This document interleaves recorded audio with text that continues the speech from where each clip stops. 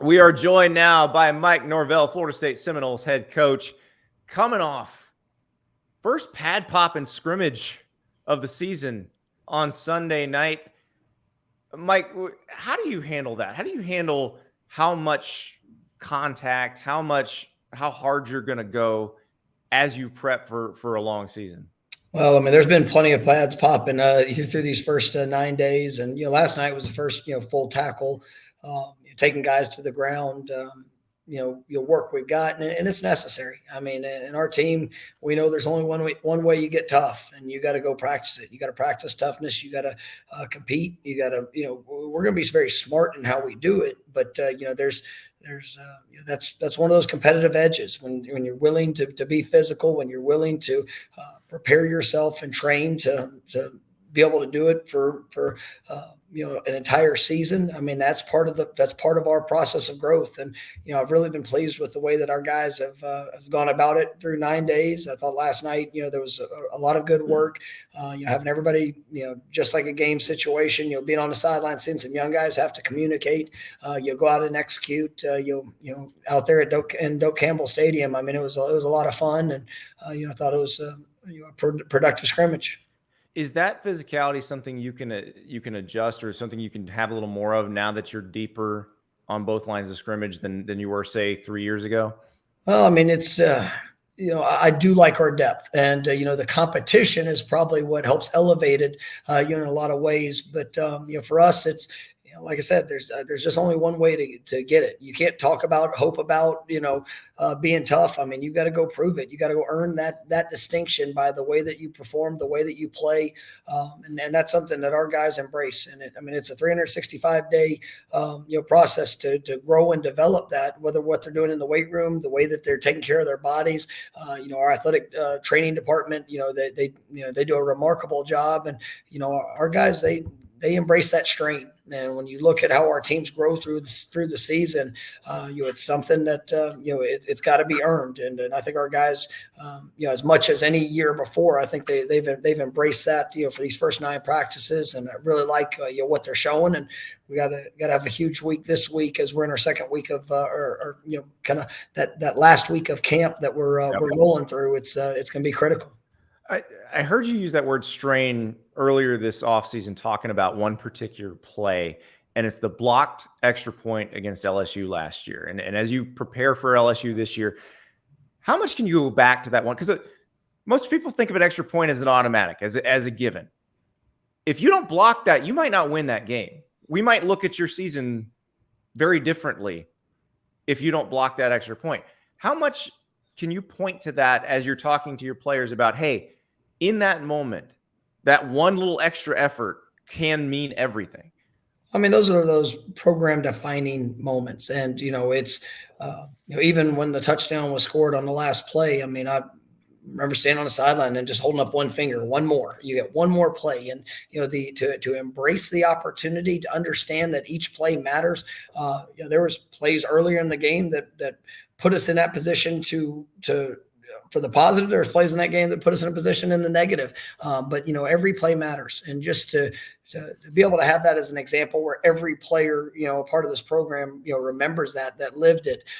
It was on a grand stage, so it was a great moment for our players to show the strain and to be able to capitalize, in that opportunity. But it's all part of the emphasis of what we try to bring every day to practice, and then what has to show up on each and every play there on a Saturday night.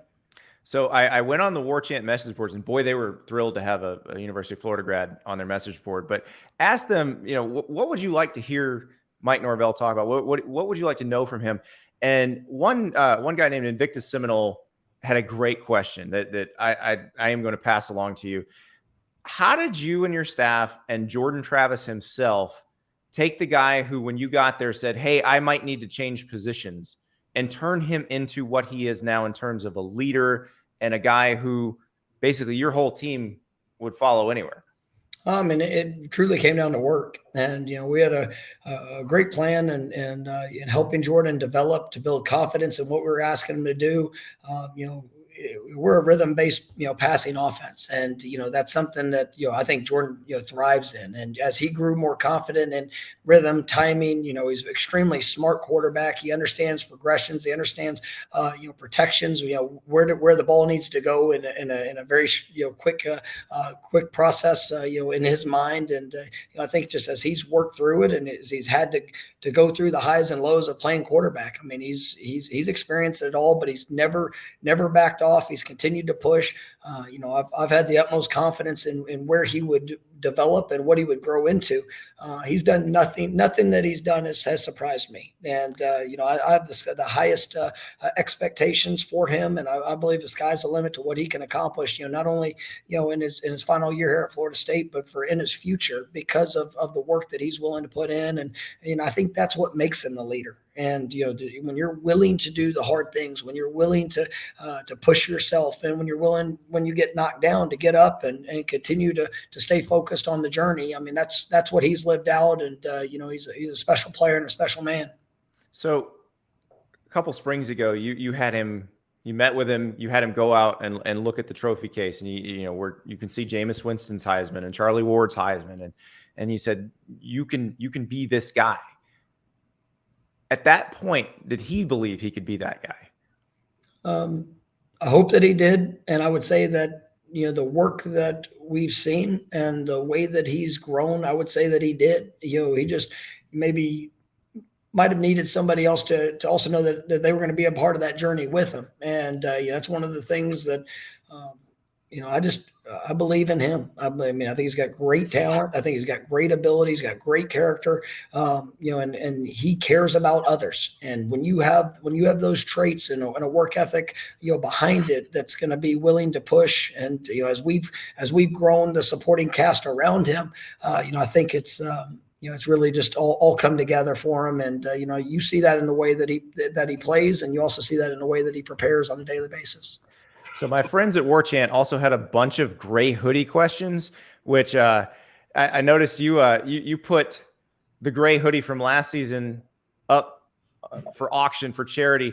But my question is about that, because I've asked multiple coaches about this. I've had Matt Rule, asked him about the smock that he wore at Baylor. We had Biff Poggi from Charlotte on. He doesn't coach in sleeves, which is something you might be able to consider.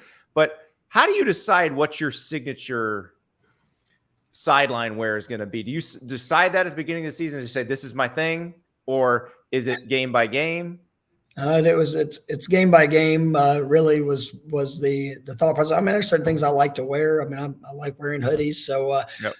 But there was a few games last year where I didn't wear them, and I tell you, the fan base, you made sure our equipment managers knew that there was a desired look that they had, but I'm not overly superstitious. Okay. So, but I think our fan base really is, and so we had a lot of success in a gray hoodie, and we rolled with it. But if it was only as easy as just wearing a hoodie, I probably wouldn't work as much. And so, I mean, it's, but I like the look, and, we'll see what Nike has for us this year. And, I know our equipment manager, Jason Daysden, I mean, he's doing everything he can to make sure he puts it just right. So we can find the apparel that's going to take us to the next level. I wasn't sure if it was a Steve Jobs, Homer Simpson thing, one less decision to make. This is what I'm doing. I kind of, when I get to the stadium, I see what's in the locker, and then usually roll with it. So I found this clip from 2 years ago, and it's interesting because you are usually very calm in your press conferences, very reserved. You are trying to keep yourself from cussing in this clip. You guys had lost the first 4 games, and someone asked you in a press conference about what you sell to recruits. So I want you to listen to this, and then I have a question for you afterward. When you lay out the vision of what you want, you live it out every day. And the best recruiters we have on here are the players, because they're the ones that get to talk about what it is day in and day out. How our coaches care about the players, how our coaches invest, the focus on teaching fundamentals, the focus on putting playmakers in an opportunity to make plays. But we've got to go out there and we've got to do a better job in every one of those areas. But I'm looking for guys that want to be a part of that process too. The guys that want to be successful, guys that want to be challenged, guys that are willing to step up and step out and go do something that, they're going to have to defend. Well, why there? because it's the best dang fit for them. It's an opportunity where they're going to go get pushed. They're going to get developed. They're going to have an opportunity to play at one of the greatest places in the country, right? With a wonderful fan base that cares. Right? I mean, look, I'm pissed off that we're 0-4. Right? And we can bring up how many years it's been. I don't really give. I mean, that's not. I can't control that. I can control this team at this moment and right now with the opportunity. And so we're going to work our butts off to go get better, and we're going to do it the right way, and we're going to have a standard of how we operate. It's going to be the same standard that we're going to ask them to do in the classroom, the same standard of everything that we do. I'm going to hold myself to it because I got to be the example. And you know what? Does that mean I'm not going to make a mistake? I'll probably make a mistake. Might make one today, might make one tomorrow. But I will respond to that. And so that's the team I want because I've seen it work. Okay, my question, that was 2 years ago. Is that the team you have right now? I'm really proud of the guys that have been through that journey. I've been proud of the guys that have chose to come and be a part of it. Even through some challenging moments, guys that that embraced it. And we've worked our butt off, and I've had guys that have stepped up. And you feel that in the culture of this team. I mean, this is a team that likes to compete. They want to work. Have we been knocked down? Absolutely. And but we have gotten up. And we've gotten better, and we've continued to improve. And it's a daily process for us. And we try to learn from every example that an experience that we've had. But I love coaching this team. I love the guys that I get to do it with. And we've got some players that have really taken some monumental steps in who they are, on the field and who they are off the field. And, I'm glad just to be able to be a part of the journey with them, side by side. And, each day, we try to be the example for each other. And, I think that puts us in a great position to achieve, wonderful things here as we continue to move forward. I know you can't talk about specific players, but obviously recruiting for the future going pretty well right now in terms of the guys from high school that you've got committed to you. Has the sales pitch changed since then? Has it had to change because of the success you've had?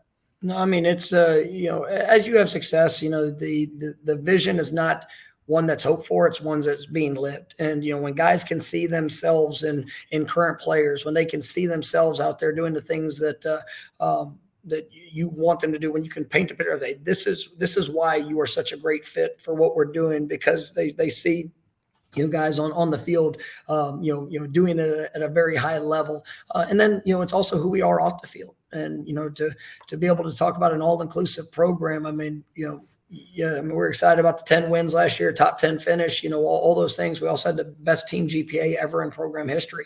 We were over a 3.0 football team academically.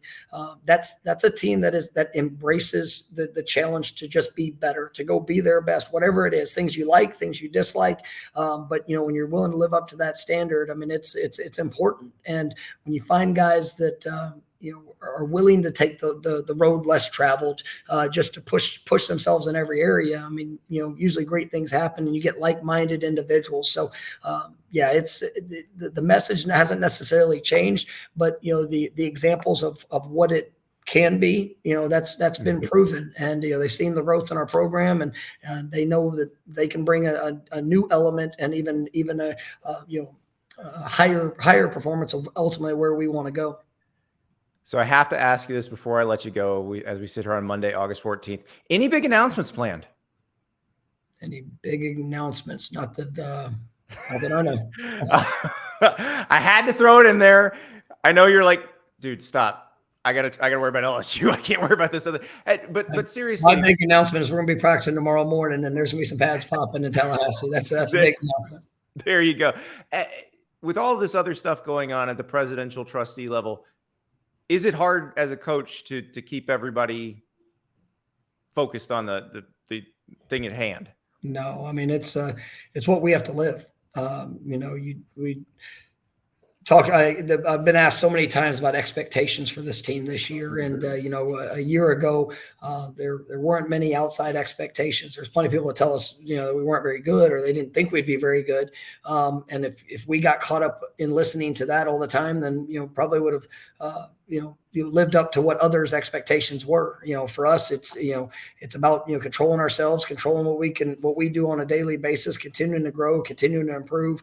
There's a lot of talk always around this program because it's a special place, it's a special program. We got great fans, we have wonderful administration, and so it's kind of part of the job and part of the position you put yourself in whenever you come and play or coach at Florida State, which, it's a special experience. And, but what we can control is the work that we invest into it, and, the standard of how we show up on a day in and day out basis. So, we're going to continue to work. We're going to continue to push and make sure we represent this program the way it deserves to be represented. You heard it here first. Tuesday, August 15th, 2023. Pads will be popping in Tallahassee. That's the announcement. Thank you, Mike. I appreciate you, Andy, and you have a great day, and go Noles.